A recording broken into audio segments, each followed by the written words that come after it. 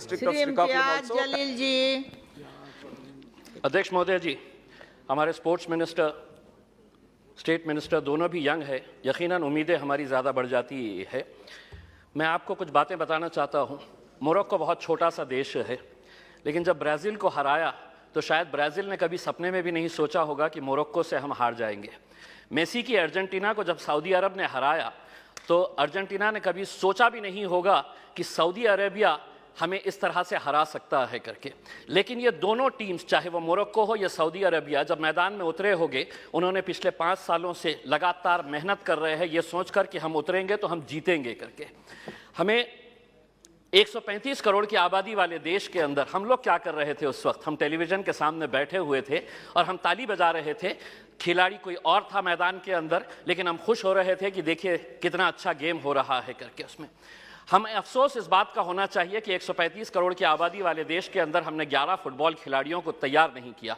उस दिन सारे देश ने इस बात का चिंतन किया और हमने भी सोचा, यकीनन आपने भी सोचा होगा कि कहीं ना कहीं कुछ हमारी खेल नीतियों के अंदर कुछ बदलाव लाने की ज़रूरत है, वरना 135 करोड़ देश की आबादी अगर हम एक टीम तैयार नहीं कर रहे हैं तो कुछ ना कुछ कहीं ना कहीं गलत हो रहा है। इस बात का एहसास हुआ है और शायद वही एहसास को लेकर आज हम सभी लोग यहाँ पर इकट्ठा हुए हैं।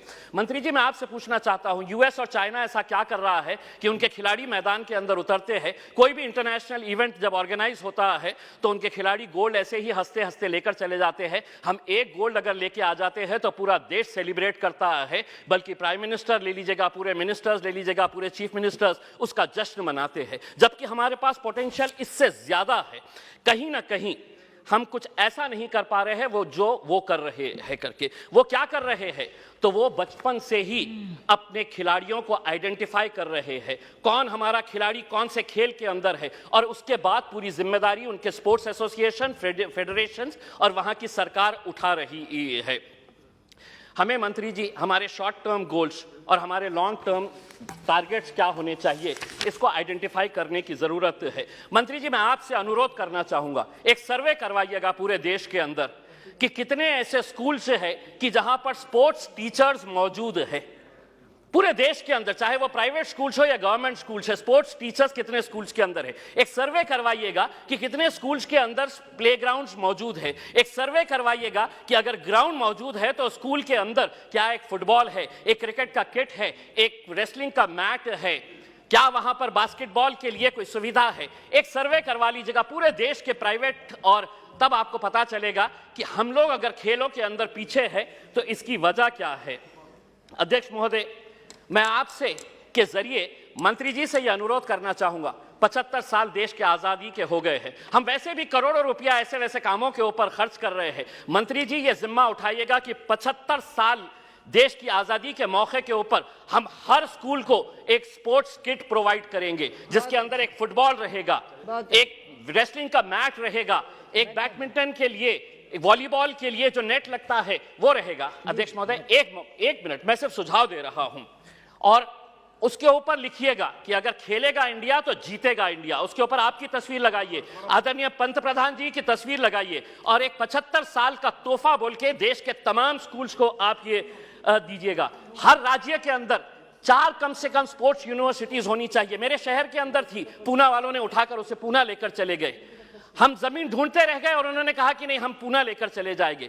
4 स्पोर्ट्स यूनिवर्सिटी, जिसका फोकस एरिया यही होना चाहिए, sports education, sports management, sports science, sports research और स्पोर्ट्स न्यूट्रिशन। मैं मंत्री जी आपको बताना चाहता हूं, औरंगाबाद के अंदर एक स्पोर्ट्स अथॉरिटी ऑफ इंडिया का साई का एक्सीलेंसी सेंटर है। आज तक करोड़ों रुपया आपने खर्च किए हैं उसके ऊपर, लेकिन कोई भी एक इंटरनेशनल लेवल का वहां पे इवेंट ऑर्गेनाइज नहीं किया गया है। आप खेलो इंडिया के जरिए आप अंडर 17 के टैलेंट को आप आइडेंटिफाई करते हैं, हम उसका स्वागत करते हैं। उसी तर्ज के ऊपर अगर स्कूल गेम्स फेडरेशन, अध्यक्ष सिर्फ एक minute, school games federation of India को यह जिम्मेदारी देते हैं कि आप अंडर 14 के जितने भी टैलेंट है उसको आइडेंटिफाई करिएगा। दूसरा, सबसे जाते जाते सिर्फ ये कहना चाहूंगा, भारतीय जनता पार्टी के एक एमपी है बृजभूषण सिंह जी, वो खुद एक पहलवान है। अगर वो रेसलिंग फेडरेशन ऑफ इंडिया के प्रेसिडेंट है तो हम उसका स्वागत करते हैं, लेकिन जिसने कभी जिंदगी में कोई एक गोल नहीं किया वो फुटबॉल एसोसिएशन का प्रेसिडेंट, जिसने कभी क्रिकेट बैट नहीं पकड़ा वो क्रिकेट एसोसिएशन का प्रेसिडेंट हो गया है। इसीलिए हम आपसे अनुरोध करेंगे, एक नियम बनाइए, राजनेताओं को खेलों से दूर रखिएगा, तब जाकर हमारे खिलाड़ी दुनिया के ऊपर राज करेंगे। बहुत बहुत धन्यवाद।